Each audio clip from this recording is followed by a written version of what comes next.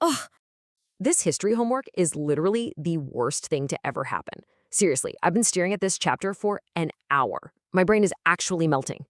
The worst thing to ever happen? Bet. You think our homework is bad? Try being Germany after World War I. Okay, so picture this. The war ends, and Germany gets handed the universe's most cringe peace deal.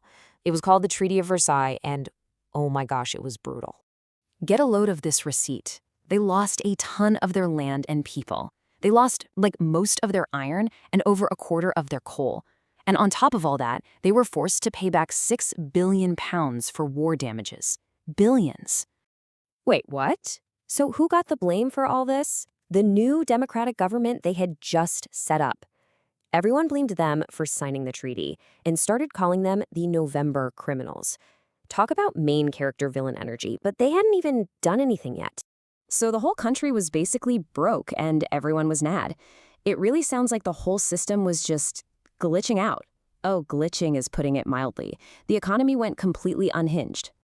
So their big brain solution to being in debt was to just print more money. Like a lot more money. So check this. In April of 1923, $1 was worth about 24,000 of their currency, the German mark, which is already pretty bad, right?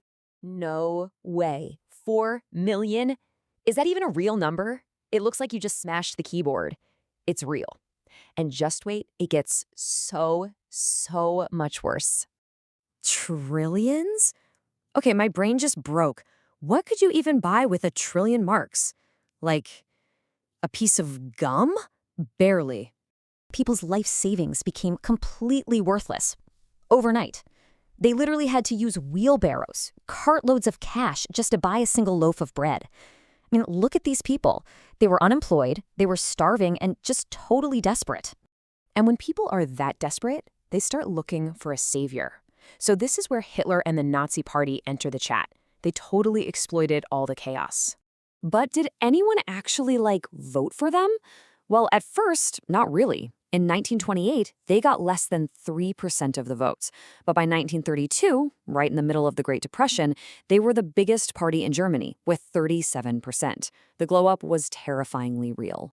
So you have people just standing in unemployment lines, feeling completely hopeless, and then the Nazis show up with these huge, spectacular rallies? Exactly. They were selling an aesthetic.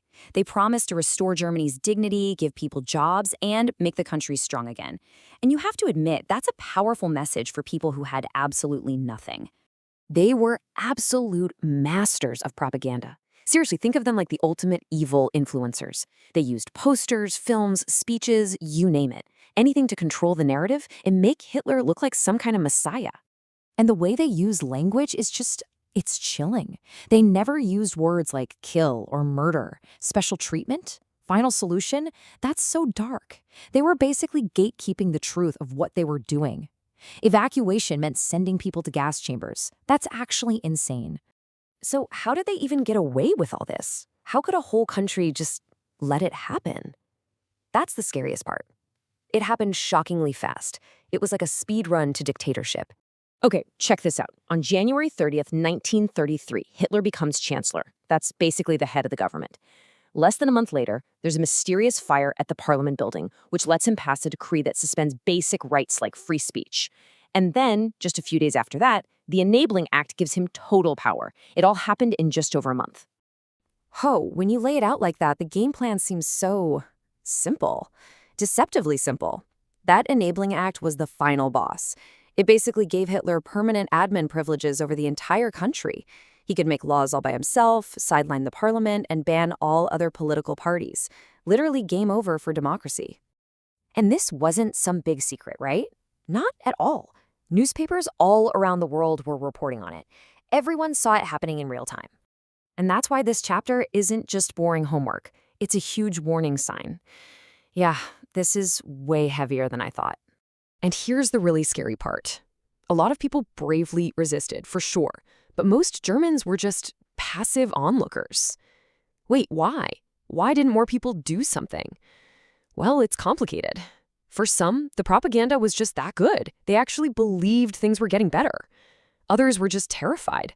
The Nazis had secret police and had already started sending opponents to concentration camps. A lot of people were just trying to survive, keep their heads down, protect their families. It created this whole culture of fear and silence, where speaking out was a massive, massive risk.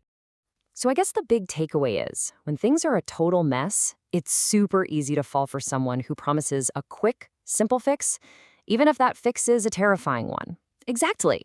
And that's a question we always, always have to keep asking ourselves. Okay, for real though, if I don't ace this history exam, I'm gonna be grounded forever, which is basically a dictatorship, right? Just do your homework, Shaswat.